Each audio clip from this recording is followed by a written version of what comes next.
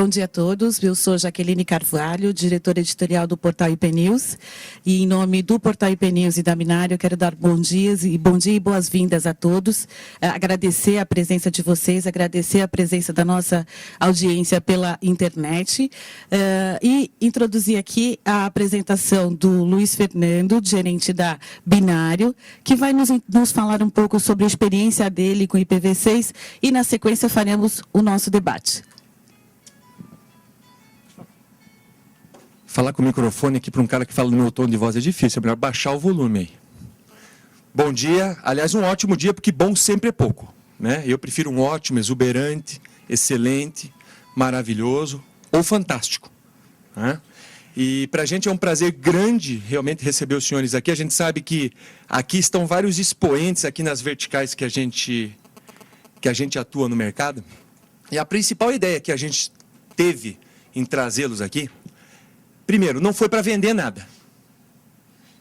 Eu até adoraria vender alguma coisa de IPv6. Eu estava falando para o Alexandre aqui, queria muito ter alguma coisa aqui, falar assim, senhores, eu tenho uma oferta aqui para fazer para os senhores, né, de serviço ou de produto ou coisa que o valha, envolvendo esse cidadão novo chamado IPv6. Né? A ideia central desse debate, deixa eu ver se eu consigo usar isso aqui. Ah, funcionou. Cadê a Renata? Obrigado, Renata. Eu nunca me acerto com isso aqui. É bem difícil. Então, a nossa ideia aqui é promover, de fato, uma discussão. Nós nos preocupamos, vocês podem ver, nós nos preocupamos muito pouco com a quantidade de pessoas que estariam aqui. Porque, realmente, a gente entende que, nesse momento, essa não é a parte relevante do negócio. A maioria dos profissionais que estão neste mercado, no nosso mercado de TI, e eu vou dizer isso com a convicção de quem andou o Brasil, né? Percorreu o Brasil, falando a respeito deste assunto, perguntando a respeito desse assunto, e eu, particularmente, que eu só não estive em Pernambuco, que foi aquele cidadão que está ali, o Arthur, que foi no meu lugar que eu não podia, eu tive um imprevisto. Né? E o que eu ouvi andando pelo Brasil é assustador, do meu ponto de vista, né? A respeito do não conhecimento desse protocolo do IPv6. Né? Em alguns momentos eu achei que a sensação que as pessoas têm é que é uma nova invenção da indústria, né? Para vender algum produto novo, para vender uma aplicação nova, uma suíte nova, um serviço novo, um managed services dentro das empresas e das operadoras. E a gente sabe muito bem que isso não é assim. Né? Uma outra coisa que eu notei é que lá na empresa, dentro da Binário, né, nós temos lá mais ou menos 150 pessoas. Desse povo aí, de 150, metade mais ou menos são system engineers, que estão lá no pré-venda, no pós-venda, na área de negócio da empresa. A gente não tem um acordo entre nós. Né? Nós não temos um acordo. Né? Algumas pessoas acham que isso caminha para a esquerda, outras para a direita. Temos os céticos, temos alguns que acham que não vai dar nada, e que se der vai dar bem pouquinho. Né? Tem gente que acha que as coisas vão ficar bastante complicadas, bastante ruins. Capitão, por favor, se o senhor chegou atrasado, tendo escolta, imagina a gente. Desculpa, foi inevitável, foi inevitável. Eu não gosto de colocar culpa em ninguém, mas dessa vez, para variar, foi um motoqueiro na Faria Lima. Desculpa a brincadeira, viu, capitão, mas é que foi inevitável para mim. Não, tá difícil. Não tem mais como andar. Fica à vontade. Então, você vê, se lá dentro da Binário, né, que já está aí há 18 anos nesse mundo, no mundo dos service providers, no mundo do transporte IP, a gente não conseguiu um consenso exato sobre esse cenário, sobre o que isso envolve, as consequências que isso possa produzir nos ambientes de negócio, imagine no mercado em geral. Né? Então, a nossa ideia aqui é que cada um que está aqui na mesa, que os senhores que estão aqui como ouvintes, que o pessoal que está nos assistindo lá pela internet, vocês estão todos famosos, viu? Isso aqui está sendo transmitido ao vivo, né? Para uma quantidade de pessoas que eu ainda não sei, espero que a gente saiba depois. Né? A gente espera produzir, sabe o quê? Conhecimento. A gente espera produzir algum consenso. A gente espera ter mais do que uma ou duas pessoas trabalhando na mesma linha em cima do mesmo assunto, né? Então, se cada um que sair daqui sair com uma ideia mais próxima do campo da realidade e conseguir passar isso naquela lei do 333 do marketing, né? Que uma pessoa feliz conta para 33 aquilo que recebeu de bom e uma pessoa infeliz conta para 3 rapidamente e essa 3 multiplica numa proporção geométrica, a gente vai produzir alguma coisa efetivamente interessante para o nosso mercado.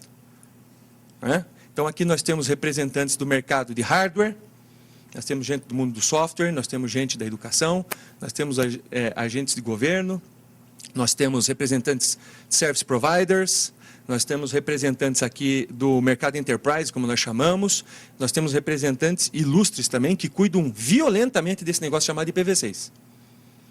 Né? E a gente espera realmente que vocês consigam ficar à vontade. É o que a gente espera. Isso aqui não é nada formal, né? Isso aqui nós não vamos gerar uma regra de controle, né? A gente quer realmente discutir isso como se fosse um fórum, um debate como esse que a gente vê na TV. Ok? Então, já falei de todas essas bolinhas aqui, tudo que a gente não quer. Já falei também do que a gente gostaria de produzir, né? E aqui eu trouxe só uns fatos históricos, só para a gente andar um pouco na linha do tempo, né? Quem é jovem há bastante tempo como eu, lembra de 83, né? Uma parte da sala sorriu, não sabe nem o que aconteceu. Mas eu comemorei muito quando eu ganhei meu primeiro Teletrim. Alguém lembra o que é Teletrim? O Parrajo lembrou. O Capitão lembrou. E a gente estava falando de 1995. O pager era o bicho da goiaba. Sabe o que tinha em 1990 de tecnológico? Vocês lembram, não? Telex. Não aquele telex barulhento. Aquele que você colocava aquela fita amarela pontilhada do lado e ele repetia automaticamente o texto da mensagem. Espetáculo. Né? A velocidade com que as coisas estão acontecendo são extremamente violentas. Né?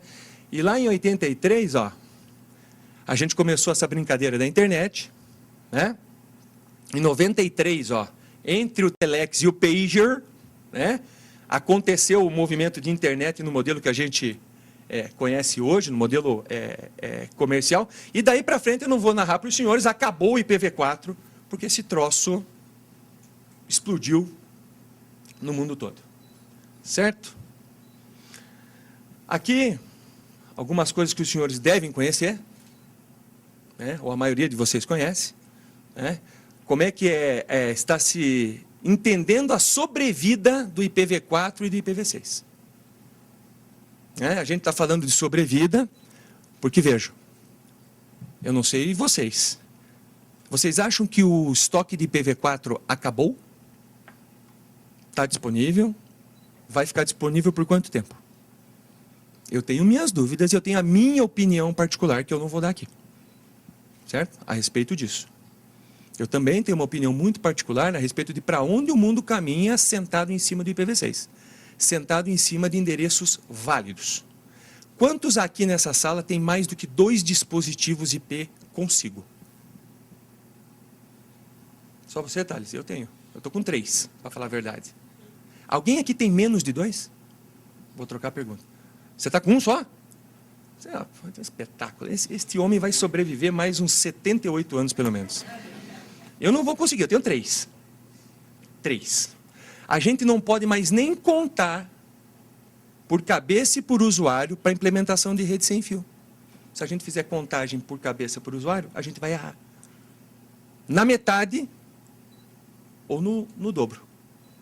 Certo? As coisas mudaram, tá certo? E eu acho que esse cara, o IPv6, ele é a derradeira virada para esse negócio. Aqui algumas pequenas diferenças, acho que todos vocês já viram isso. Né? A gente tinha no IPv4 32 bits, hoje 128, fantástico, não é? Criptografado. E aí, a camada de segurança está preparada para receber essa troca? A capacidade de processamento dos seus firewalls vai suportar essa mudança? Para a mesma quantidade de fluxo? Será? Você tem tratado a camada virtual da sua rede igual você trata a sua camada física? Ou você acha, como outrora lá quando a gente começou a implementar wireless, que a gente vai pegar uma latinha de Pringles e vai sair pela Paulista captando o sinal e abrindo rede? Você acha que não precisa tratar a sua camada virtual igual você trata a camada física, não precisa de segurança? Lá, latência, essas coisas não são um problema? É isso? Então. Aí aqui essa parte de cabeçalhos, né, o uso do NAT, que é um recurso que está sendo... como é que eu posso colocar isso, Thales? Está sendo bastante... está sendo olhado com carinho para manutenção, né, e dar mais longevidade para as redes IPv4. Né? Estamos falando aí do carrier grade, né? Você já deve ter ouvido falar disso também. Aí estamos falando aqui de IPsec, de segurança, de tamanhos de pacote. Esse é só um pequeno cenário, só para deixar a gente na mesma página, para a gente poder discutir. Eu não vou ser ousado de definir IPv6. Eu acho que aqui todo mundo tem bastante bem isso. Eu queria só dar um exemplo para vocês de alguma coisa que me incomoda muito quando eu falo de IPv6. Eu penso que o mundo das geladeiras vai mudar. Quando a gente fala de IPv6, você vai falar, pô, o Fernando é muito louco esse cara que está falando aí. Mas eu fico pensando, quando eu estou pensando nos negócios, eu estou pensando no modelo de negócio, no jeito de fazer as coisas, o que pode virar managed services para um data center, o que não pode virar. Eu fico pensando que a MAB vai ter problema com a produção de geladeira. Você sabe por quê? Porque com essa oferta elástica que a gente vai ter de endereço válido de IP, você concorda que a geladeira vai vir chipada, né? Que eu colocar uma ASIC qualquer nela lá, vai ser a coisa mais fácil do mundo, não é verdade? Então, que controles ambientais, de energia e tudo mais, vão ser muito mais efetivos numa geladeira, não vão?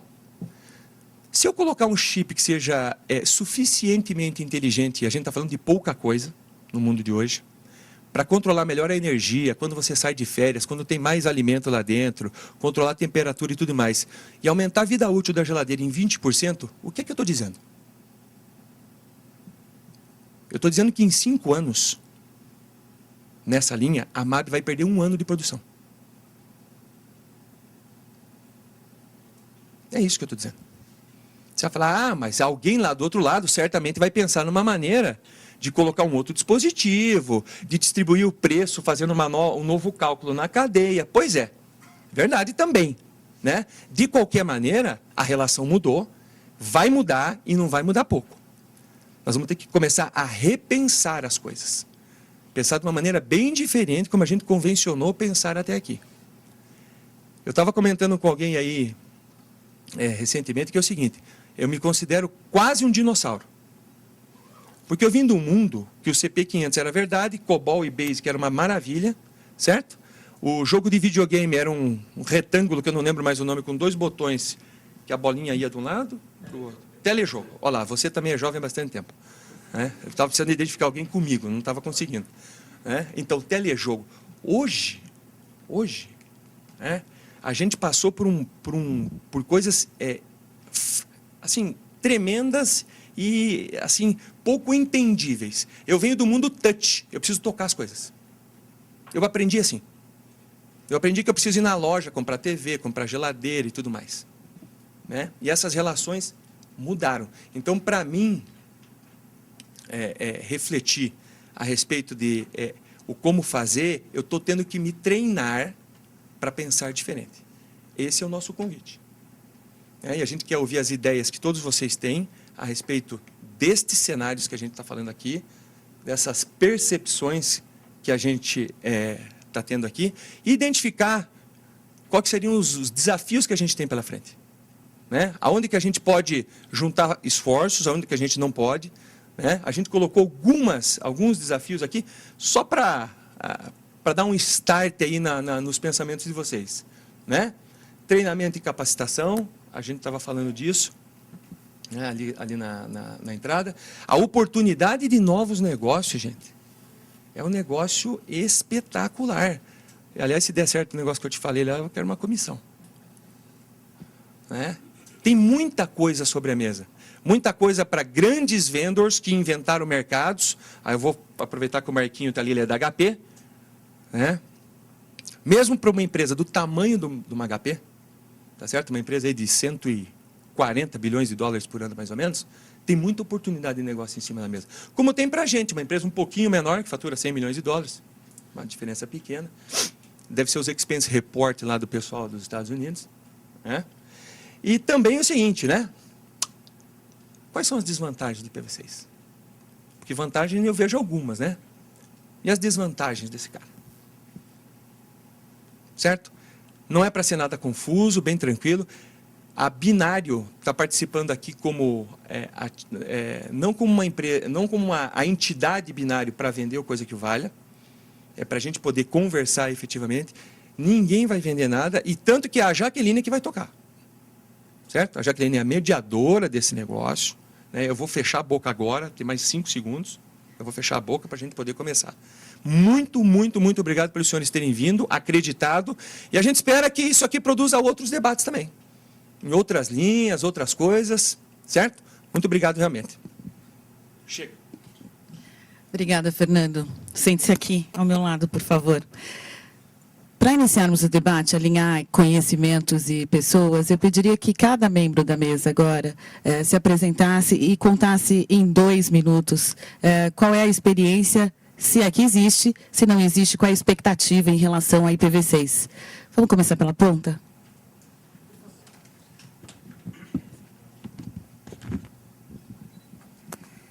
Bom dia. Tá ligado? Tá. Bom dia, meu nome é Thales Cirino, eu sou diretor de serviços aqui do Grupo Binário. Eu estou no Grupo Binário há praticamente 12 anos, então eu vim da área de engenharia de pós-venda e hoje eu sou responsável por toda a parte de serviços dentro da companhia. Eu já venho ouvido falar e a gente já tem pesquisado e trabalhado com IPv6 desde praticamente quando eu entrei na Binário, em 2001, 2002. E a gente está vendo agora, nesses últimos 2, 3 anos, muito mais necessidade de se conhecer, até pelo esgotamento do IPv4. E a gente tem feito uma série de estudos em relação a isso. A gente tem observado algumas operadoras investindo muito em CGNAT para dar sobrevida para o IPv4, mas a gente tem percebido também as operadoras, principalmente as operadoras mais novas, se preocupando bastante com o IPv6. Então, a gente trabalha no dia a dia com essas operadoras e no mercado enterprise, então a gente ouve muitas coisas a respeito do IPv6, e essa é a minha experiência com o IPv6. Obrigada, Thales. Bom dia, eu sou Adriano, eu trabalho no TJ de São Paulo, Tribunal de Justiça, e cuido da parte de rede, coordeno a parte de rede do tribunal. Novos endereçamentos, novos desafios, nós temos que preparar a rede, aí falando como cliente, né? Preparar a rede para o funcionamento, para o nosso cliente poder acessar os serviços do tribunal. E o que acontece hoje é a gente olhar o mercado, saber da dificuldade, saber do término ou não do término, é uma discussão ainda, como foi colocado, e aguardar, e essa é a posição que nós estamos tendo hoje, aguardar uma definição de quem provê serviço, na verdade. Porque o IPv6 hoje está parecendo um personagem de filme, a gente não pode dizer o nome. Porque se falar o nome, ele pode aparecer e isso vai ser um problema. Né? Então, a nossa posição realmente é verificar como é que o mercado está se movimentando para mitigar o trabalho interno. A verdade é essa. Então, essa, por enquanto, é a nossa posição visualizando o IPv6. Okay? Obrigada, Adriano. Eduardo, por favor. Bom dia, Eduardo Parajo, sou da Abranet, do Comitê Gestor, sou representante no Comitê Gestor dos provedores de acesso, serviços e conteúdo.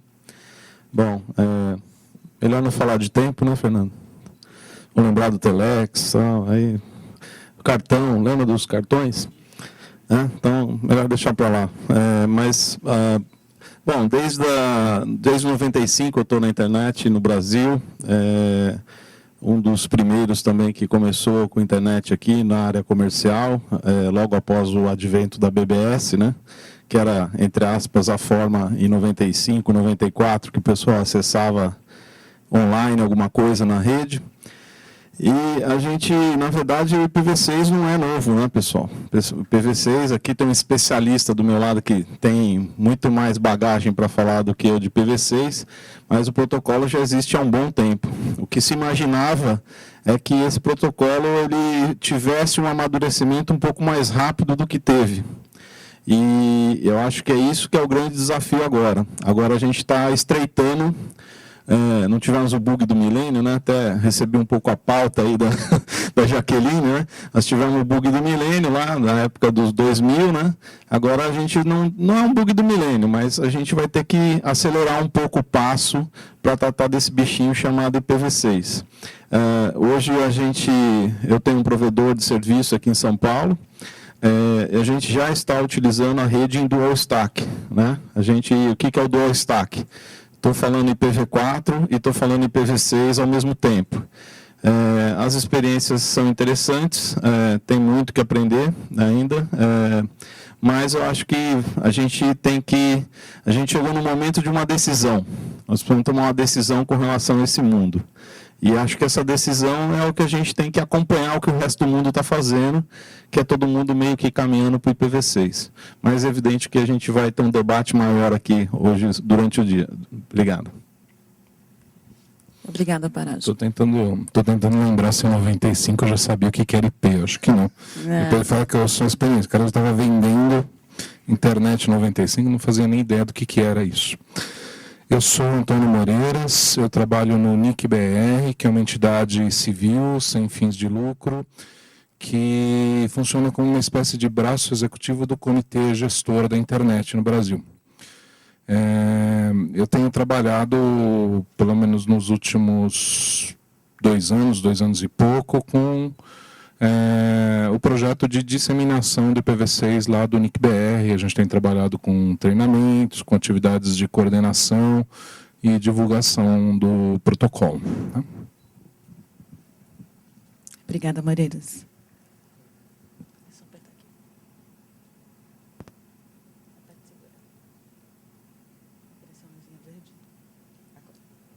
Ok.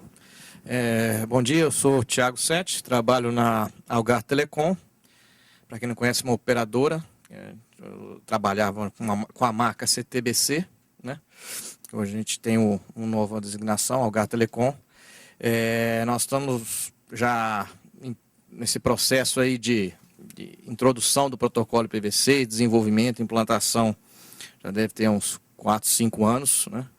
Por conta exatamente de que a operadora ela sente o impacto aí mais rápido, né, do que uma empresa, às vezes pequena, o esgotamento ele é mais evidente na operadora, né? Esse crescimento absurdo, né, que o Luiz comentou, de acessos à internet, de dispositivos, e tanto fixo como móveis, né, o consumo ele é realmente exponencial. Então, eu trabalho na equipe de engenharia lá e planejamento. Então, a gente já vem atuando aí nessa linha de implementar o IPv6, de difundir o IPv6, já tem alguns anos aí. A expectativa aqui é a gente discutir realmente, debater aí as novidades e as possibilidades, né, que surgiram com o protocolo, e espero poder ajudar aí no que, se alguém tiver dúvidas eu acho que tinha alguém da Telefônica também, ou não tem, na mesa. Não? De outra operadora? Tá bom. A gente deixou esse campo bem situado. Tá certo, tudo bem. Não sei se é bom ou se é ruim, viu? Bom dia, sou Edson Cardoso, sou diretor de pré-vendas do Grupo Binário. E em conjunto com o Thales e com o Luiz Fernando, que somos a área lá que define alguns projetos e processos para os nossos clientes, a gente já vem pensando realmente em IPv6 há algum tempo. Talvez um jeito um tanto quanto diferente, né? Algumas ideias um pouco aí díspares, porque a gente não tem certeza absoluta que para operadoras e para alguns órgãos do IPv6 é uma realidade que está realmente no ar. E a grande questão que às vezes a gente discute um pouquinho é o quanto tempo isso vai demorar para chegar no usuário final. Um exemplo que eu sempre dou, né? Quanto tempo a minha mãe vai precisar para usar o IPv6 em casa para acessar lá as receitas da Ana Maria Braga na internet que ela faz, entendeu? Então, essa é uma grande discussão que a gente chega, ou seja, como que o IPv6 vai chegar, em que tempo ele vai demorar para atingir os mercados de provedores, os mercados de service providers, os mercados de utilities e os mercados, finalmente, os enterprise. Eu tive uma experiência muito interessante no curso de MBA que eu fiz na Fundação Getúlio Vargas, onde era um curso de gestão de TI, e 100% das pessoas relacionadas eram diretores ou gerentes da área de TI. E eu fiz uma pesquisa interna com essas pessoas de grandes corporações mesmo, e é incrível, 100% delas, a resposta foi: não estou nem um pouquinho preocupado com o IPv6. Então é uma coisa, por isso que eu tenho essa discussão interna de saber exatamente quanto tempo vai demorar e se a gente está no esforço correto e no tempo correto. O que eu acredito é que treinamento, sim, minha opinião, nesse momento, é o momento de conhecer IPv6, de treinar IPv6 e saber o que vai acontecer, para o momento que as pessoas demandarem essa necessidade, a gente está à frente e poder saber atender a necessidade desses clientes. Okay? Bom, meu nome é Alexandre, sou coordenador e arquiteto da redes da Local Web, líder em hosting no Brasil. A experiência que a gente tem com o IPv6 já vem em 2 anos, em termos de estudo. Já participamos de alguns eventos patrocinados pelo NICBR, que é o Workday. Temos algumas experiências, já tivemos algumas dificuldades, principalmente no aspecto de segurança, que eu vejo que ainda tem que ser um pouco discutido, muito pouca gente sabe disso. Vejo alguma dificuldade dos provedores ainda prover esse protocolo, esse transporte, principalmente para quem provê serviço. Gostaria de discutir um pouco mais, entender um pouco mais as dificuldades, se é custo, se não é. Porque um grande medo que eu tenho, principalmente ali na ponta, é que o IPv4 está sendo escasso. Tudo que é escasso fica caro. E a gente não pode deixar acontecer isso. Muito bom dia, Capitão Márcio da PM. Hoje eu estou trabalhando na seção de Segurança e Engenharia de Redes. Minha experiência na área com IPv6 é muito pequena, mas eu venho de uma formação técnica, engenharia de telecomunicações, e estou atuando na área, na PM, já há quase 5 anos.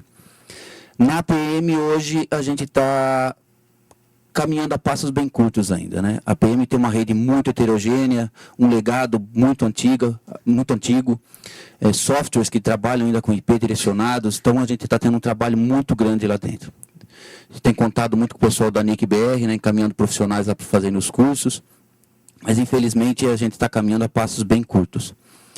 Hoje, para se ter uma ideia, a gente está com em torno de 2.000, 2.300 links MPLS para atender todo o estado.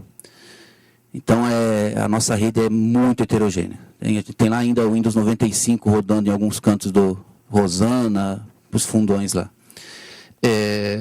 Então, temos o problema dos legados, né? Nós estamos atualizando todo o nosso backbone. Até essa madrugada nós passamos lá que tivemos alguns problemas. Hoje, os outros 2 oficiais que deveriam estar aqui também para acompanhar, estão lá que nós tivemos problemas com o atendimento do 90. Então, esse chaveamento está sendo bastante complicado para a gente. A oportunidade que nos foi cedida aqui, com certeza, é para adquirir experiência e tentar implantar o IPv6 na PM o mais rápido possível. Muito obrigado. Professor. Bom dia a todos. Sou professor Amazonas da USP. Peço desculpas pelo atraso, eu saí de casa às 7h30 e não moro longe, mas fiz uma má escolha de caminho e cheguei agora. O IPv6, para mim, hoje ele é um ponto central, porque há 2 anos eu estou participando de um projeto de pesquisa numa área nova, que é um novo paradigma de comunicação que se chama Internet das Coisas, onde os objetos, os mais corriqueiros, como um copo d'água, uma garrafa d'água, adquirem a possibilidade de se comunicar autonomamente. A isso se agrega a possibilidade de monitoramento, ou seja, nós vamos agregando inteligência aos objetos, capacidade de processamento. No entanto, todos esses nós novos na rede, eles têm pouca capacidade de processamento, bem como têm recursos reduzidos de energia. No entanto, o IPv6 é uma tecnologia central neste ambiente, porque ela provê, além da enorme capacidade de endereçamento, outras características, como, através do uso de Flow Label, você garantir qualidade de serviço. Por outro lado, ele é um protocolo pesado e existe a nova versão 6LowPan, que é a proposta para ser utilizada nas redes de sensores. Então, é um ponto central hoje da minha pesquisa. Em relação ao panorama geral, eu posso dizer que eu me sinto muito apreensivo que ainda se discuta a urgência de implantação do IPv6, como se o IPv6 fosse algo novo. Ontem eu estava me preparando aqui para esse debate, né, para falar alguma coisa que prestasse, peguei um livro, que até está aqui na pasta, e fui ver, né, a data. Ele é um livro de 1999, aonde já se falava da urgência de se entender e de se implantar o IPv6. Então, eu fico absolutamente surpreso que essa discussão ainda haja. Esse tipo de discussão a nível do Brasil, de pensar se deve fazer algo, justifica uma triste reportagem que eu estava procurando aqui, mas está sem conexão, do El País, que saiu a semana passada. El País, um periódico espanhol, a respeito de países e inovação. Eu lamento informar que o Brasil está atrás do Chile. Bom, a ideia agora é que façamos algumas perguntas. Eu preparei as minhas, mas eu não quero centralizar. Então, eu quero deixar aberto para que a mesa também pergunte entre si e que a plateia participe. As meninas vão nos ajudar aí passando os microfones para que vocês também façam perguntas. Para começar o debate, eu gostaria que o Moreiras, que particularmente está bastante envolvido com esse tema, e eu percebi que todos estão interessados no assunto, e a mesa pode ajudar muito nisso. Quais são as mudanças que a migração para o protocolo IPv6 vai trazer na vida das pessoas, na vida do ser humano comum, a dona de casa que assiste Ana Maria Braga, o motorista de táxi? O que pode mudar na vida deles esse protocolo IPv6?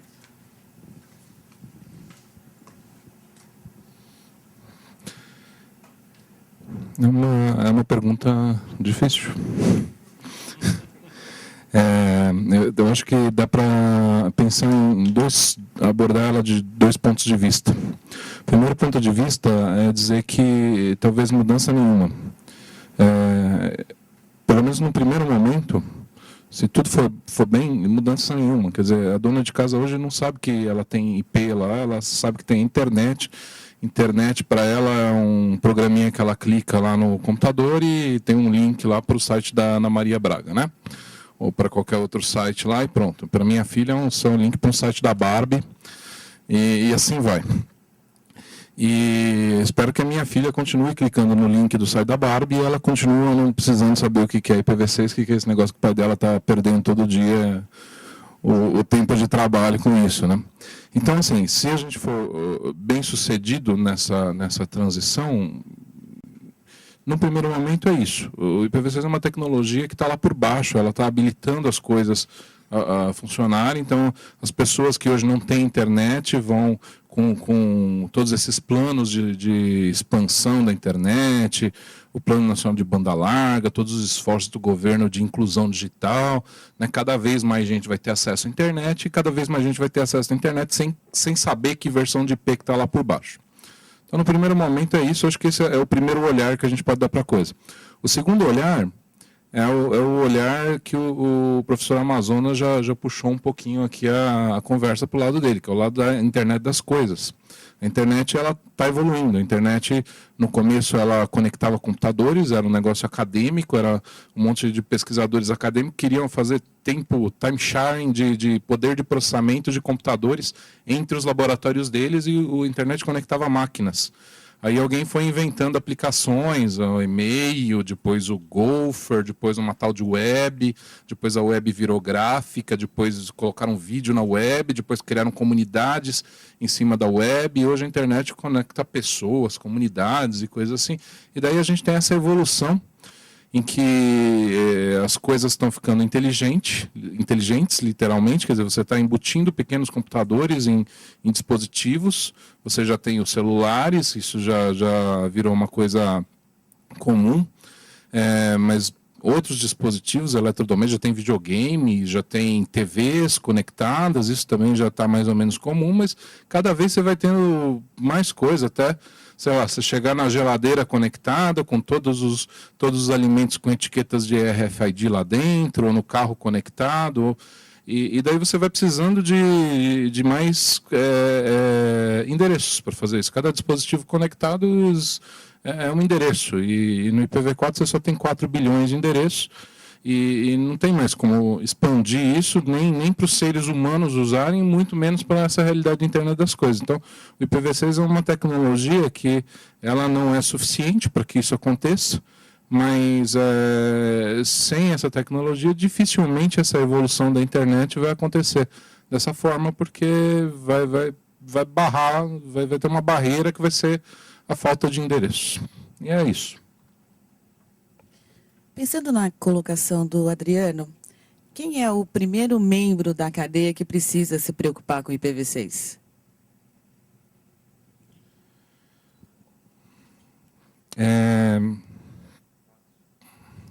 O provedor de rede, as operadoras de telecom, os Network Service Providers, né, o cara que oferece conectividade para as empresas e para os outros provedores menores. Esse é o primeiro cara da cadeia, o cara que tem que estar conectado primeiro, tem que estar preparado, porque é ele que habilita que os outros membros da cadeia consigam fazer sua parte. Em grande parte, esses caras estão preparados, pelo menos na realidade mundial, e em boa parte a coisa tem evoluído aqui na realidade brasileira. Evoluído, você sabia que era você, né? A CTBC vai dizer que estão há anos, né? Tem que falar dos outros um pouco. Tá certo. Então, realmente, o primeiro ator aí nesse cenário são as operadoras, né? Porque elas que permitem que as pessoas acessem esses conteúdos, né? Mas, como o Meirelles falou, a grande parte delas já começou. E não foi esse ano. Já tem algum tempo. E na minha visão, eu percebo que os próximos atores, esses sim ainda não estão na mesma velocidade para que isso aconteça, para que o protocolo exista. Porque a operadora nada mais é do que o meio do caminho, né, entre o conteúdo e o usuário, né?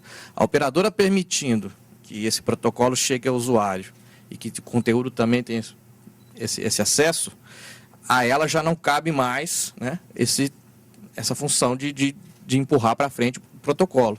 Tendo disponibilizado, quem vai empurrar para frente? É o conteúdo e a demanda do usuário. Entendeu? E eu percebo que o conteúdo ainda não está evoluindo na mesma velocidade, né? E principalmente porque o conteúdo ele é muito extenso, ele é muito diverso. A operadora normalmente, na grande parte dos países é assim, aqui é assim. Você não tem muitos operadores, né? Você tem uma quantidade reduzida. Com relação ao conteúdo, você tem uma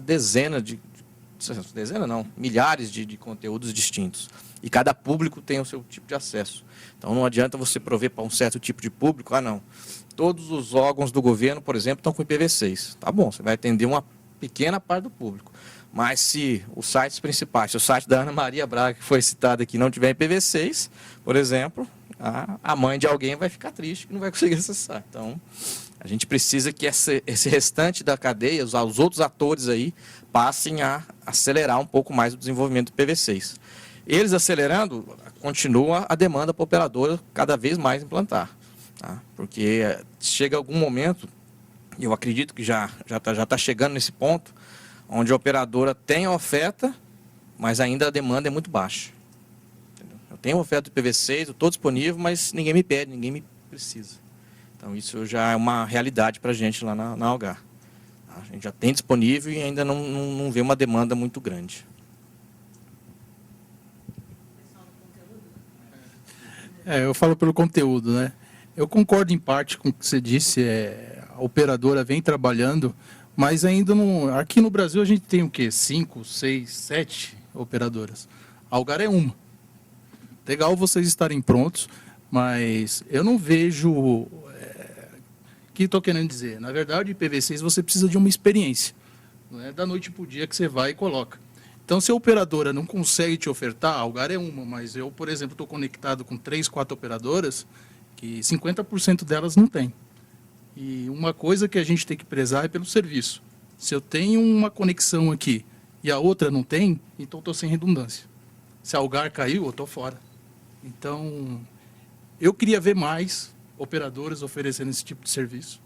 Até mesmo para mim colocar conteúdo, porque conteúdo a gente tem. Colocar o IPv6 e Dual Stack, como o Parágio disse, não é um bicho de 7 cabeças.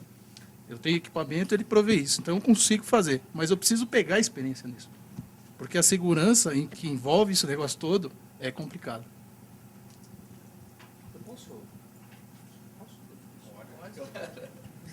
Depois o Parágio e o professor. Não, gostei disso. Né? Mas eu estava pensando aqui, todo mundo aqui já comeu tostines, não? Que tostines é fresquinho porque vende mais ou vende mais porque é fresquinho? Então, assim, eu entendi o que vocês falaram e, na verdade, aqui todos têm razão. Né?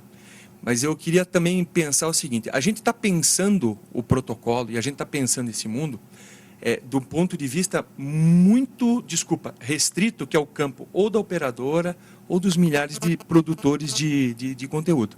Né? E eu tenho a impressão até... gostei muito do que o professor Amazonas falou, que eu tenho falado disso de uma outra maneira, eu acho que a gente vive a era do indivíduo. E o pensamento ele deveria vir, pelo menos uma boa parte dele, do indivíduo para cima. Porque são 256 milhões e 400 mil dispositivos móveis no Brasil. Somos 195 milhões de habitantes. 1,3 dispositivo para cada indivíduo. Está faltando orelha. Tem criança que acabou de nascer, já está com o telefone.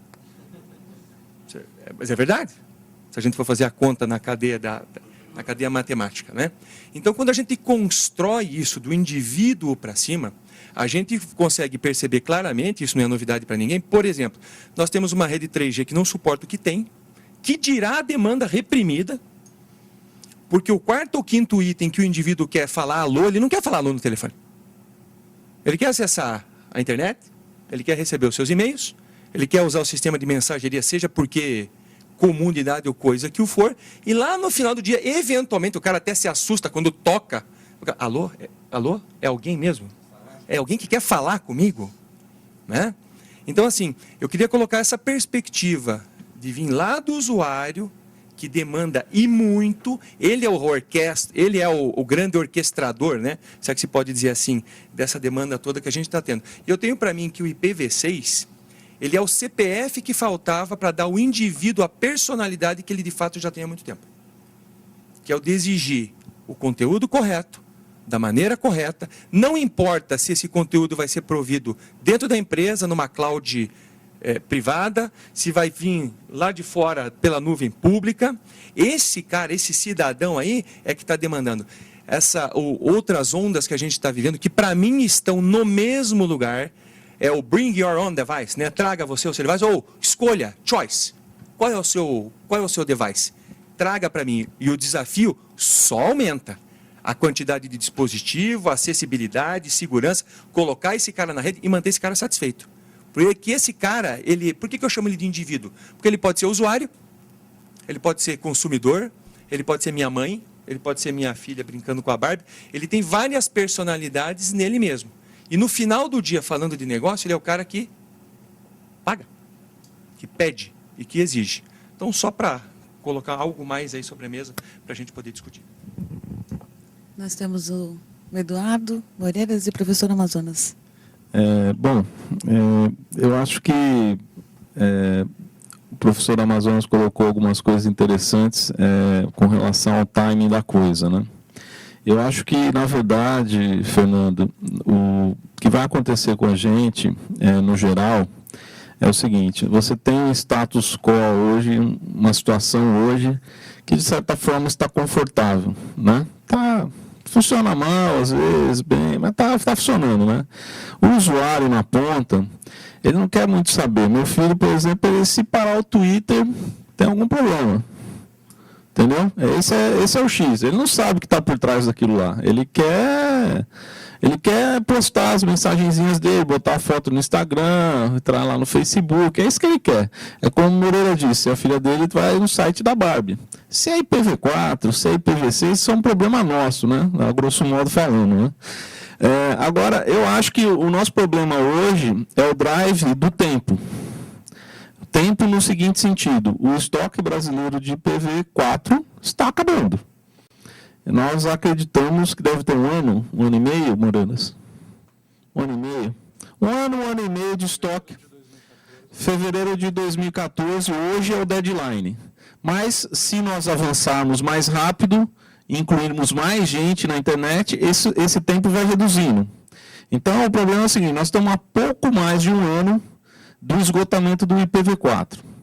E aí se faz, eu acho que a gente tem um tempo suficiente, talvez até um pouco menos do que a gente poderia ter. Nós poderíamos ter começado um pouquinho antes nessa questão, de convencer não só as operadoras, como a iniciativa da CTBC, que o Tiago colocou muito bem. Acho que foi a primeira, efetivamente, no Brasil, a ofertar o acesso IPv6, mas que as outras grandes operadoras também comecem a ofertar os backbones, pelo menos, em IPv6. Eu acho que isso é um ponto importante. Do lado do conteúdo, bem colocado pelo Tiago também, eu acho que esse ano teve uma mudança drástica já. Teve a semana, o Moreira pode falar um pouquinho mais, teve uma semana de IPv6, na verdade, esse ano.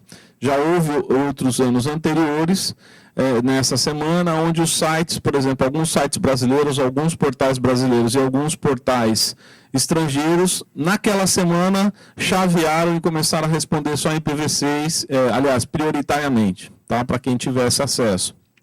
E esse ano, essa situação já foi, de certa maneira, consagrada. De que forma? Por exemplo, se você pegar UOL, Terra, Globo, Google, Facebook, Yahoo, Twitter, todos esses caras já estão em IPv6. Então, se nós formos analisar, que até uma discussão que a gente teve com as operadoras no mês passado, numa reunião lá no NIC, no Comitê Gestor, 60% do acesso do usuário, do indivíduo final, não na geladeira e nem no site da Ana Maria Braga ainda, já estão, de certa maneira, com a preferência do seu conteúdo acessível em IPv6. Tá? Então, o que acontece? Falta os outros 40%. Faltam os bancos, faltam os e-commerce, faltam os hospedeiros de sites e domínios menores, com conteúdos não tão populares quanto esses daqui, mas tem uma série de coisas ainda a serem feitas. E se essas coisas não começarem a ser feitas logo, o que vai acontecer? Qual é o cenário? Eu não vou antecipar a nossa discussão, mas assim, é isso que nós precisamos pensar. Que caminho a gente vai adotar? E o caminho, ele passa por uma decisão desde o enterprise, desde o backbone, até todo mundo que está envolvido nessa cadeia, segurança, e aí vai por diante, né? Quer dizer, é uma avalanche de coisas que a gente tem que pensar. E eu acho que esse é o ponto que a gente tem que olhar. Na verdade, concordo com o professor. Nós não temos que discutir mais o que fazer com vocês. Na verdade, é o que a gente deixou de fazer, o que nós podemos fazer mais rápido.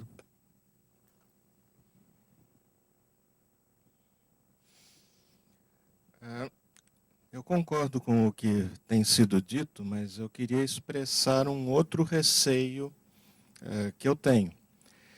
Que o olhar que está sendo lançado sobre o IPv6 também é um olhar extremamente restrito, como se o IPv6 apenas oferecesse um espaço de endereçamento maior. O IPv6 ele é muito mais do que isso.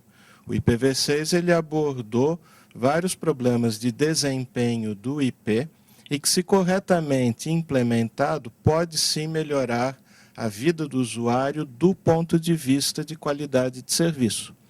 Se isso não for feito, nós vamos ter, digamos, uma enganação de IPv6.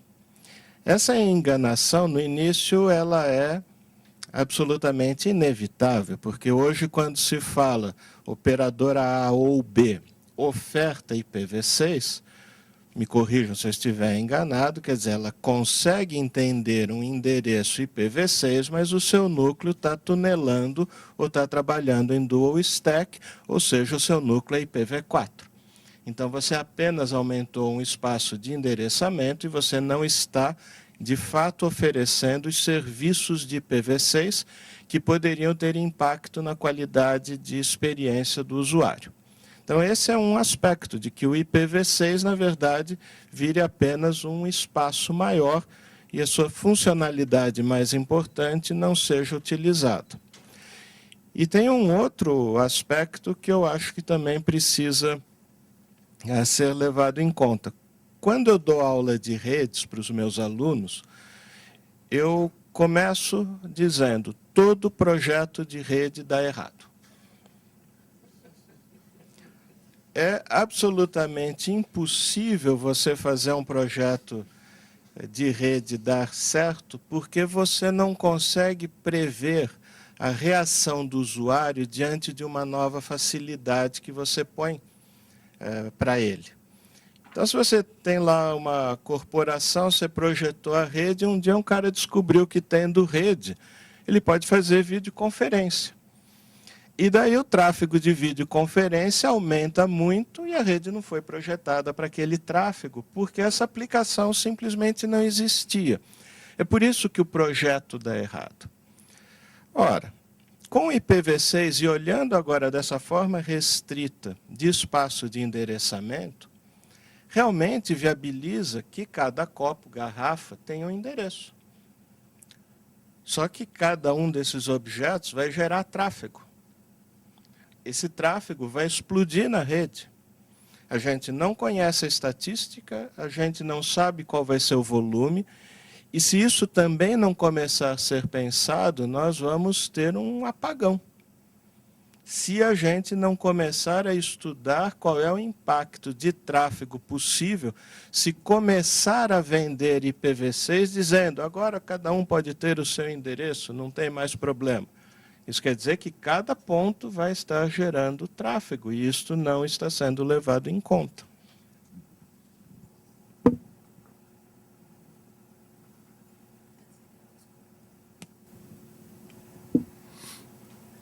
Eu queria provocar um pouquinho o Alexandre.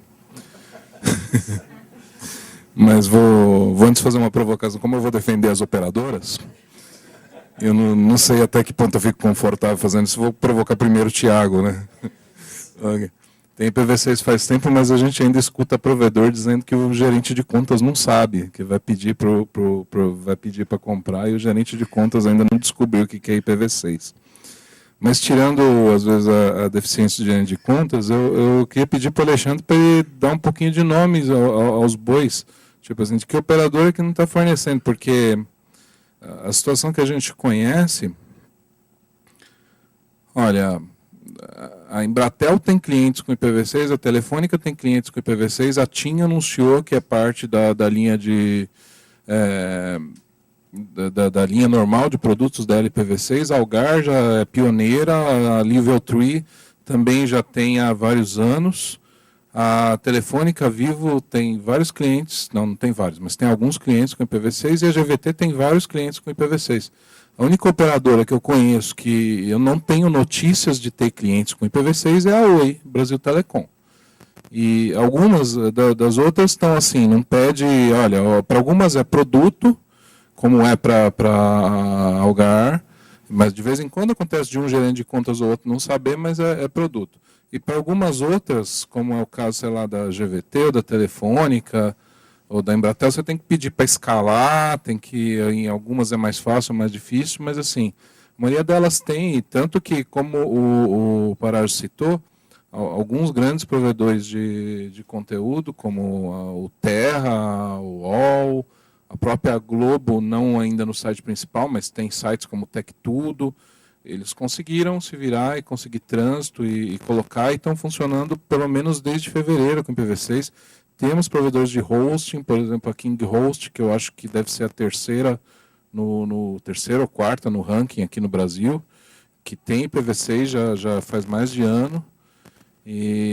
Então, assim, eu queria provocar um pouquinho mais, para você ser mais específico nos problemas. Problema de segurança, eu concordo, tem mesmo, e a gente tem que estudar e cuidar mesmo. O IPv6 ele tem vários problemas de segurança, apesar de todos os esforços na implantação, mas a questão é que o IPv4 também tem, a gente está usando ele faz 30 anos. Então, é óbvio que se esperava que o IPv6 fosse alguma coisa melhor, e que resolvesse todos os problemas de segurança do IPv4, e que a realidade que a gente vê das implementações e do uso é que, no máximo, ele tem o mesmo nível de segurança do IPv4, tem problemas ligeiramente diferentes, mas com a mesma gravidade dos que já existem e com os quais a gente já lida com o IPv4.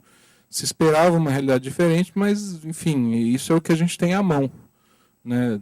Tem que trabalhar com isso, tem muita gente conseguindo trabalhar com isso.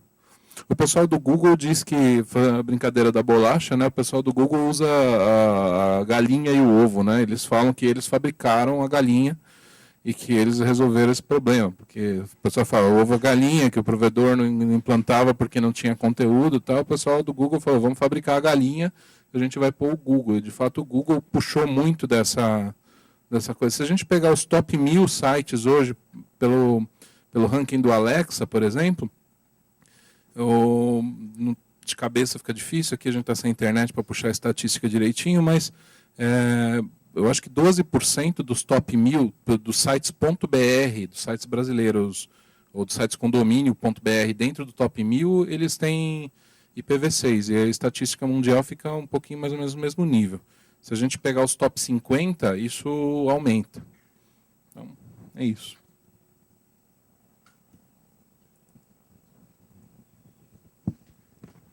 Bom, obrigado pela provocada. É uma oportunidade de dizer certas coisas, né? Eu acho que, para responder sua pergunta, acho que até uma mistura até que do próprio professor falou. Você está pronto para estar rodando IPv6 é uma coisa bem ampla, apesar do nosso atraso. Você fazer o tunelamento para carregar IPv6, para mim isso não é uma solução definitiva e que carrega uma segurança para você rodar IPv6 como operadora. A Algar colocou que a rede dela está totalmente pronta, bacana. A Global Crossing realmente também está. Hoje a LocalWeb, até pela característica de ter bastante redundância, ela está presente com Global Crossing, com Telefônica, com GVT. Mas ainda, apesar de falar que tem IPv6, é uma coisa muito simples, sumária. Rodar IPv6 não é que nem está rodando IPv4. Fazer um tunelamento, isso para mim, cara, isso não é IPv6. Quando você cai por exemplo, hoje dentro da internet, a gente roda BGP, o SPF, tudo é dinâmico. Se um túnel cai, para onde eu vou? Então, é um tanto complicada. Então, falar que a Globo, que a Google está conectada na telefone que tem, realmente está, mas está através de IPv6. Será que ela roda todo o conteúdo dela em cima de IPv6? Estou perguntando. Não sei. Entendeu? Então, é um tanto complicado você dizer isso. Uma coisa que eu prezo em toda a arquitetura que eu faço é redundância. É redundância em uma coisa segura e uma coisa que vai dar confiabilidade para o cliente final. Se eu não tenho isso, eu não faço. E se a operadora não está pronta para fazer isso, eu não vou fazer.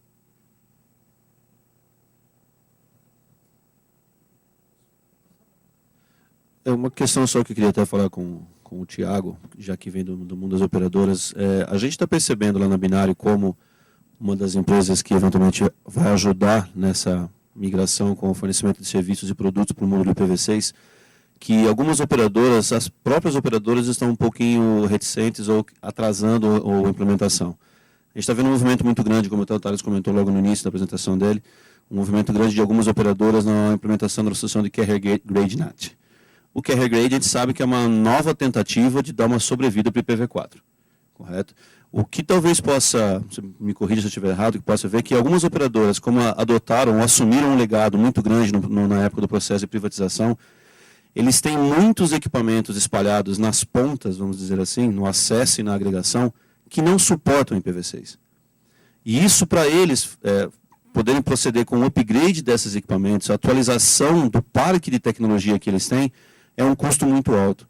E, eventualmente, um custo que ainda não se pagou, desde o investimento que foi feito na época que eles compraram, né, as outorgas de utilização lá no processo de privatização. Talvez a Algar Telecom não tenha esse problema, porque é uma empresa um pouco mais nova, já começou no mundo onde os equipamentos implementam já essa ferramenta. A minha pergunta para você, você acha que isso também influencia, Thiago, algumas outras operadoras, talvez vamos chamar de atraso na implementação, ou seja, o legado que as empresas têm de equipamentos que não suportam IPv6 vai prejudicar a adoção por causa do investimento que tem que ser feito? Claro.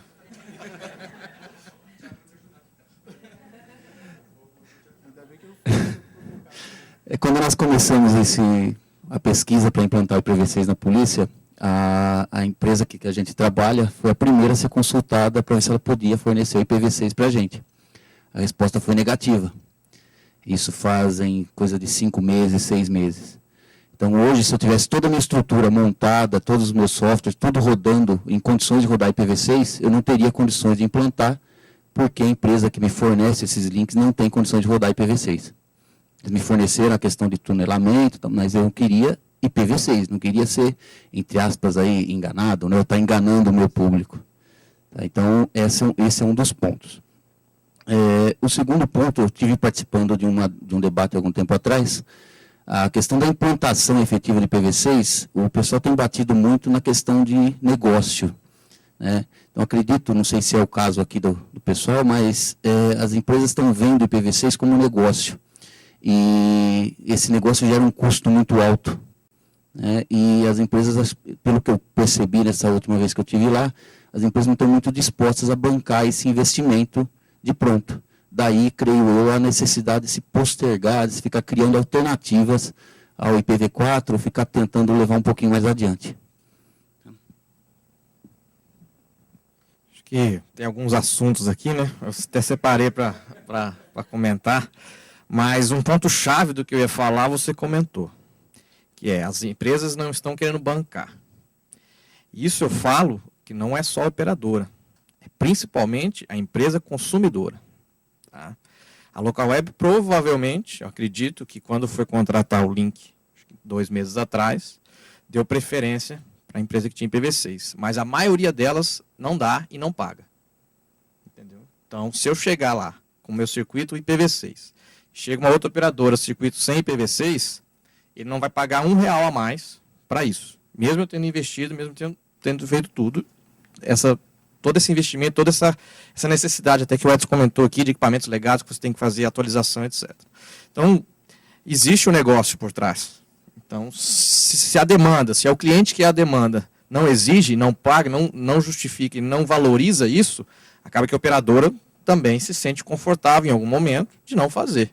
Mas se eu estou vendendo assim, né, então cabe também aí o que eu falei, os outros atores do cenário valorizarem isso. Hoje é difícil você chegar num diretor de TI de uma empresa enterprise que vai valorizar isso. Ele não vai valorizar IPv6. Isso aí precisa, mas isso aí meu técnico resolve. Liga para o técnico que ele se vira. Mas ele não vai colocar numa RFP ou alguma coisa essa exigência. Tá? Uma coisa, por exemplo, que o governo americano fez, que é importante, foi os órgãos lá são obrigados a fazer IPv6, acho que já tem mais de 2 anos, se não acredito. Obrigatório, tem que fazer. Aqui a gente já vê algumas licitações acontecendo isso, tá? Mas ainda não tem uma larga escala. Principalmente o meio acadêmico, tá? É mais comum.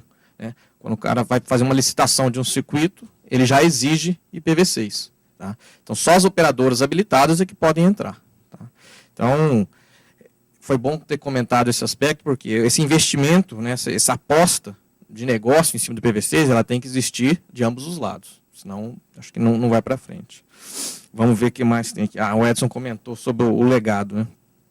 Nós temos legado, sim. né? Falou que a gente é novo, mas a Algar tem mais de 50 anos, né? Então, antes de privatização já existia a Algar lá. Então, tem uma base legada grande na área de concessão, que esse problema existe, tá? E eu falo mais, não é só legado. Tem equipamentos novos que a gente compra ainda esse ano, que não tem IPv6. E às vezes eu exijo IPv6, mas não tem. Está no roadmap, né? Como todo fornecedor fala. Não, vai ter. Está lá. No PowerPoint tem, mas, entendeu? E às vezes você tem um negócio para atender, você tem um cliente para atender, você tem que comprar o equipamento. E aí você fala, não vou comprar se não tiver IPv6, aí você não atende seu cliente e tudo isso. Então, a gente ainda, além do legado, tem esse outro problema. Tá? A parte de fornecimento de equipamentos também não está 100% preparada. Tá? E, por último, aqui eu queria comentar, até que o Moreiras deu um toque, é que, às vezes, as pessoas que a gente conversa, ou o gerente de contas, uma parte técnica, às vezes não tem a ciência de que aqui a rede está pronta, que a empresa está pronta. Então ele comentou, você falou, os operadores não me atendem. Ele falou, não, mas a gente conhece, quase todos atendem. Então, às vezes, tecnicamente, eu acredito que a maioria já está pronta. Mas, comercialmente, ou questão de treinamento, de informação, nem todos têm. Né?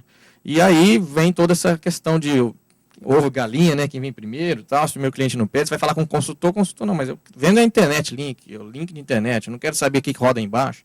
Não, mas se você não souber, você não vai poder informar seu cliente quando ele pedir e tal. Então acaba tendo um problema ainda de pessoas, de treinamento, de informação, que eu acredito que conforme vai passando o tempo, isso vai desenvolvendo. Talvez a gente precise acelerar um pouco mais isso. É até notório aí falar que hoje acho que o NIC-BR é a única instituição que fornece treinamento, informação farta e de qualidade sobre isso. Não sei se você vai mudar o tema, mas... Pode comentar, eu mudo na sequência.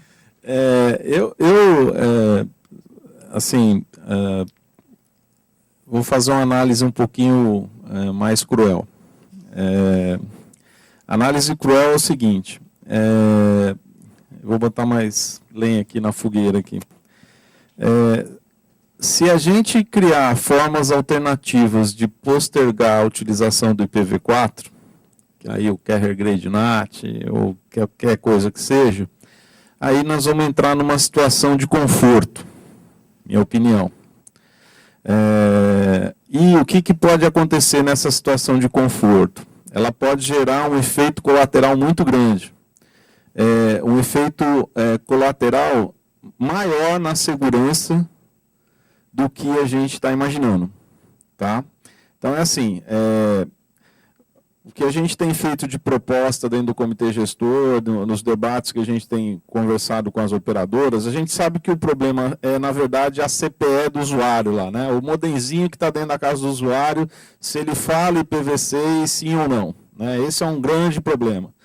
Só que, evidentemente, como o Thiago colocou muito bem, nem todos os equipamentos ainda de rede, ativos de rede talvez na sua maioria, mas principalmente quando você vai indo para a ponta do usuário, esses ativos aí é mais complicado a questão de estar apto para ter IPv6 ou não.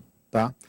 O problema é assim, se a gente achar um jeitinho de continuar sobrevivendo com o IPv4, a probabilidade de que esse jeitinho continue por décadas é muito grande.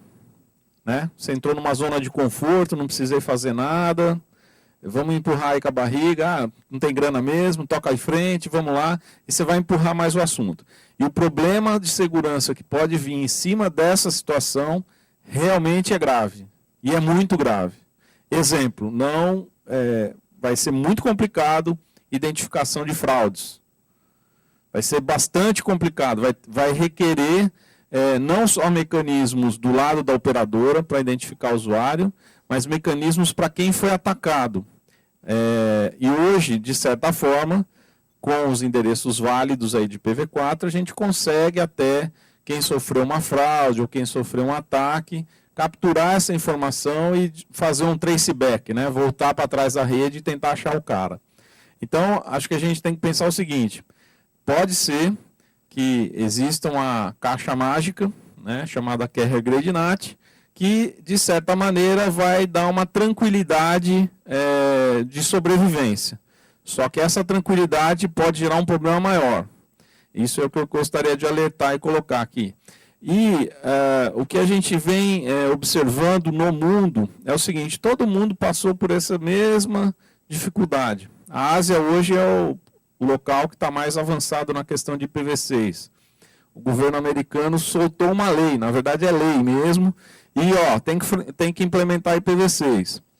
No Brasil, a gente sabe, tem conselheiros do governo que fazem parte comigo no comitê gestor, que o governo está realmente preocupado e tem exigido em diversas licitações já IPv6. E tem uma tendência de disponibilizar o conteúdo do governo em IPv6. Então, acho que a gente tem que começar a prestar atenção da seguinte forma: eu acho difícil o Brasil fazer uma lei obriga-se a implementação de IPv6. Não é característica do Brasil, ainda mais na área de tecnologia. O que o comitê gestor vem fazendo e usa o NIC, que é o braço executor, para fazer isso, é treinar profissionais, hoje técnicos, mais de 2.000, 3.000 quase? Mais de 2.000 já foram treinados, técnicos de provedores, na sua grande maioria, de operadoras, para estarem aptos a aprenderem a lidar com o IPv6. Então, eu acho que é o seguinte: nós estamos assim, na iminência de uma situação que ou nós vamos realmente, ou nós vamos dar um jeitinho. Normal de brasileiro, né? Vamos dar um jeitinho. O que a gente está tentando é dizer o seguinte: olha, o jeitinho pode custar caro depois, e pode trazer mais problemas do que benefício. Vai trazer um conforto inicial, de que não precisamos mexer em nada, mas no segundo tempo isso pode virar uma avalanche de problemas. Era só essa pimentada aí. Por favor. Eu fiz algumas anotações aqui e eu gostaria de aproveitar para comentar. A gente sabe que nesse cenário do IPv6 a gente tem 3 principais atores aí, que são os provedores de acesso, os provedores de conteúdo e o usuário final. Então, assim, o provedor de acesso tem lá o seu sentimento, que é o negócio, ele está vendendo o acesso. O provedor de conteúdo também está vendendo o conteúdo. E a gente tem o usuário final, que é a demanda, que vai exigir a demanda. Então, eu gostei muito do que o professor Amazonas falou sobre a possibilidade de novos aplicativos com melhores desempenhos. Eu acho que a parte do conteúdo, pensando de uma forma inteligente do IPv6, pode gerar essa nova demanda e forçar as operadoras a fornecer esse tipo de acesso. Eu acho que isso é algo que as empresas provedoras de conteúdo e de soluções têm que começar a pensar, porque a hora que você tiver um conteúdo novo, todo mundo conhece as redes sociais, e o público tiver aquela demanda por aquele conteúdo novo com uma qualidade de serviço melhor, automaticamente as operadoras vão ser obrigadas a fornecer esse tipo de acesso. Acho que isso é algo também que a gente tem que dar uma pensada. Parajo, pensando nessa questão de segurança, é uma decisão que precisa ser de um colegiado, ou a empresa, o Tribunal de Justiça, a Polícia Militar, tem alternativas para garantir que a operação deles estejam seguras? Eu só vou responder. Eu não vou falar aquela famosa frase, eu não vou falar veja bem, né? Veja bem, ferrou.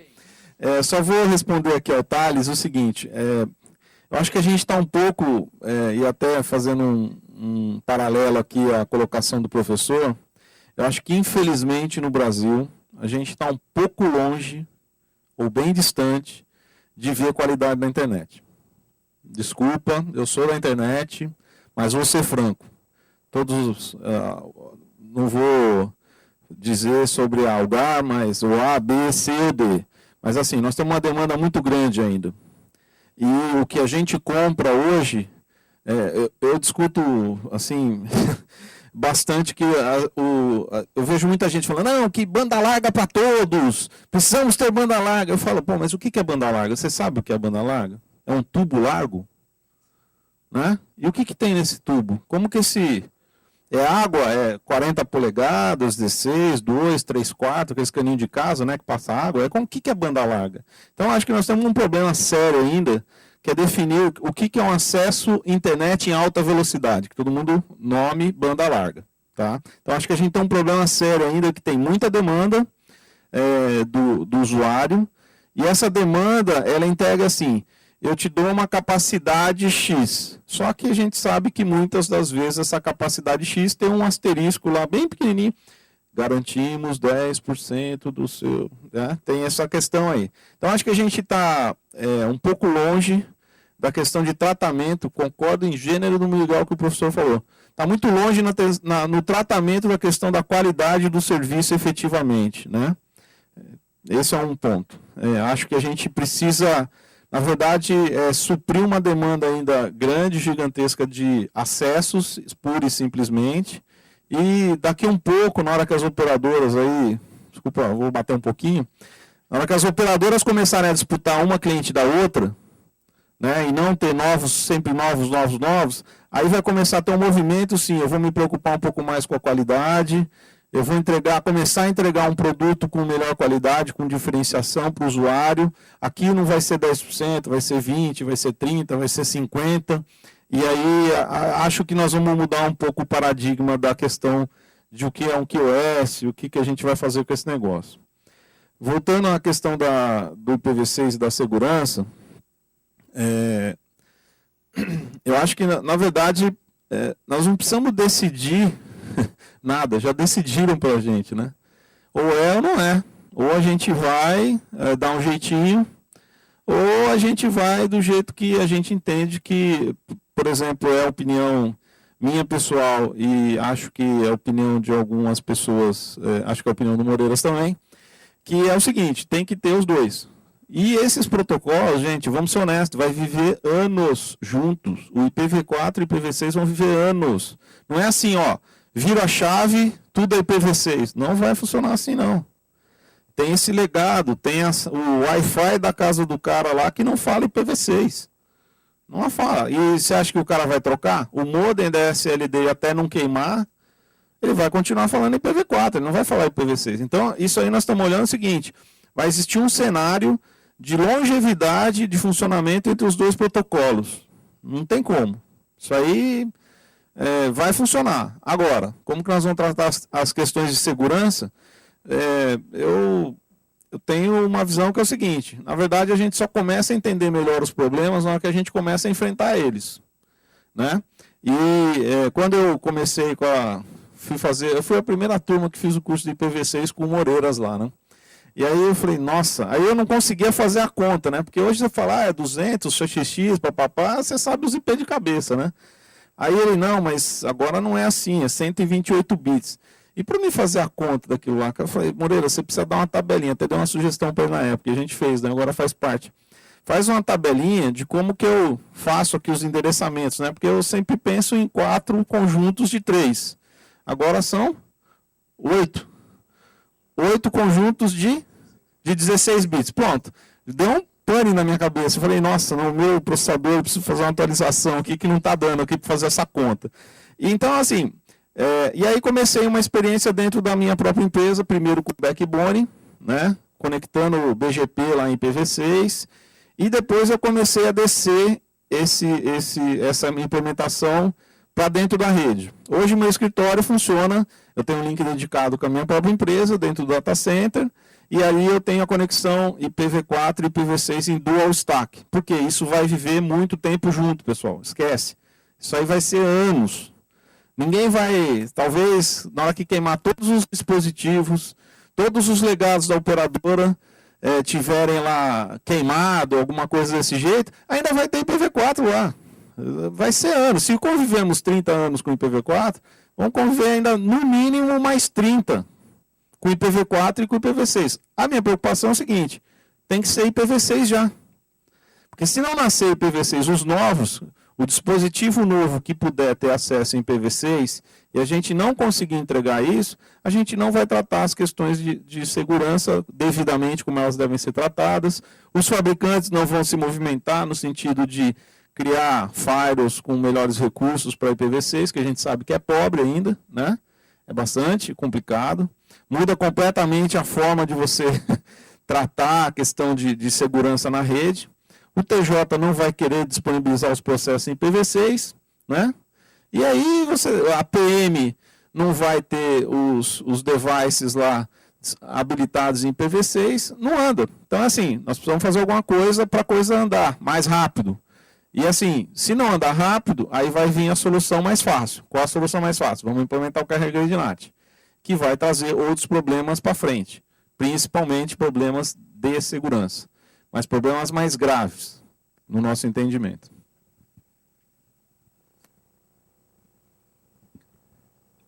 Eu queria só reforçar um pouco o que você falou, porque eu concordo, os dois vão viver muito tempo, isso é inevitável.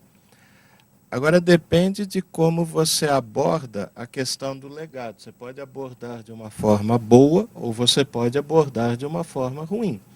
Veja, quando foi feita a digitalização da planta telefônica, isso começou na década de 60, o que foi feito? A planta telefônica foi digitalizada e aquele telefone preto de disco analógico continuou vivendo. Então você absorveu na planta digitalizada os pontos de acesso analógicos.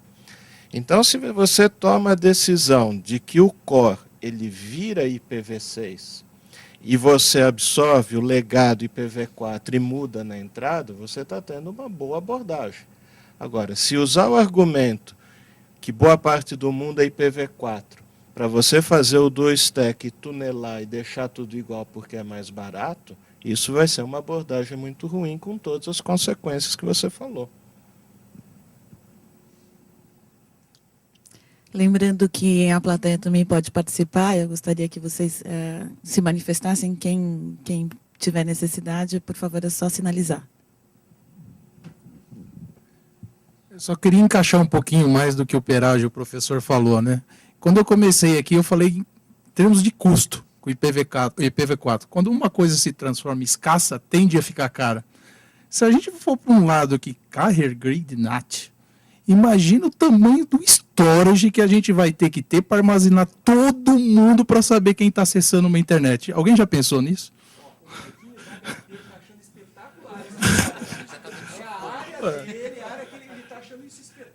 Já pensou armazenar um storage de uma telefônica? Já pensou um negócio desse? É só esse comentário.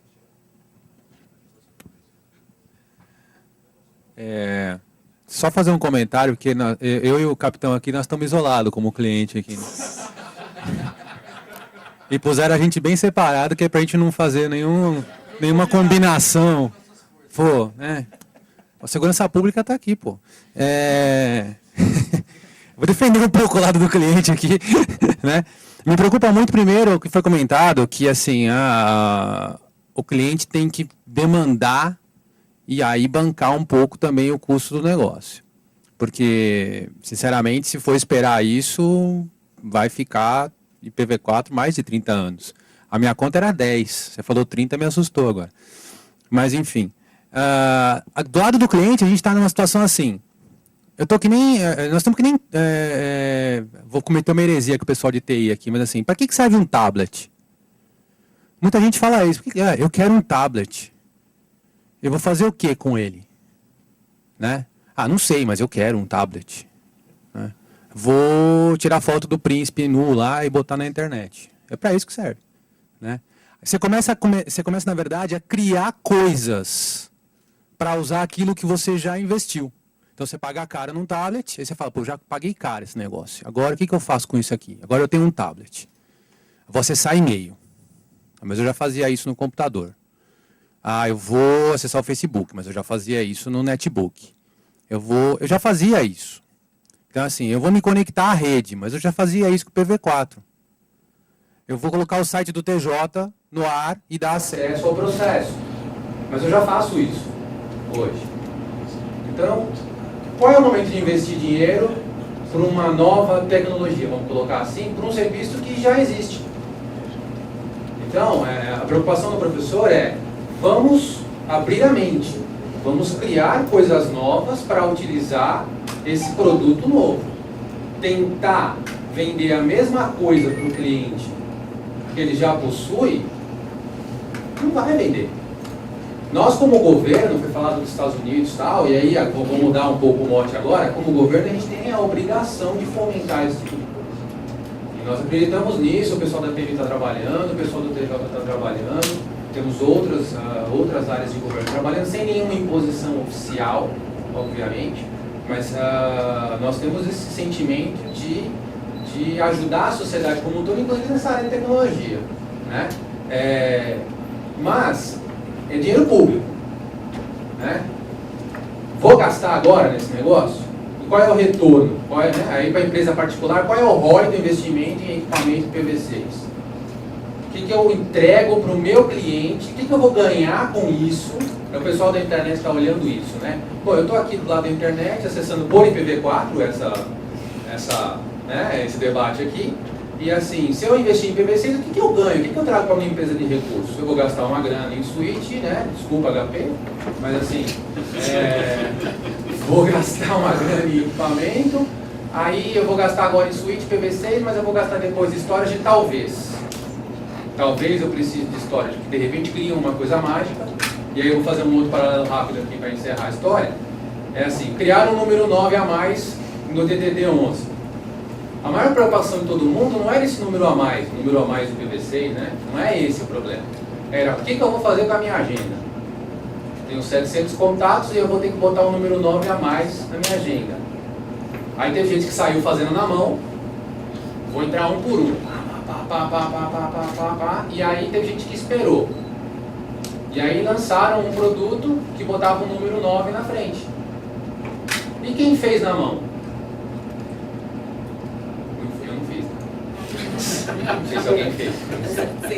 Eu fiquei esperando um pouquinho para ver o que ia dar. A gente de governo tem essa coisa, a gente sempre espera um pouquinho. Né? Nunca acontece tão rápido no governo. Então a gente pegou essa experiência. Né? Vou esperar um pouquinho para ver o que dá. Aí lançaram um negócio, testei um, não deu certo. Testei outro, pau. Funcionou, foi uma beleza. A minha esposa foi na mão. Eu falei, você não esperou? Né? E aí é aquela coisa, eu tinha um equipamento preparado para isso. E o cara com telefone comum, que não conseguiu baixar um aplicativo para fazer isso automaticamente. Essas são os equipamentos que nós temos hoje na internet, de intranet, de rede LAN. Quer dizer, o meu equipamento está preparado para IPv6. Então, fomenta lá, eu mudo DHCP, distribuo DHCP para todo mundo, e IPv6 matou a rede. Eu tenho 45 mil usuários, a PM tem alguma coisa em torno disso, sei lá eu. Então, assim, um pouco mais. A gente nunca sabe, né? Porque eles estão sempre andando para lá. Então, não vou saber contar. Então, assim, eu tenho 3, eu faço na mão. 45 fica diferente, 45 mil fica mais difícil. Né? É a hora de investir para o cliente, tá, gente?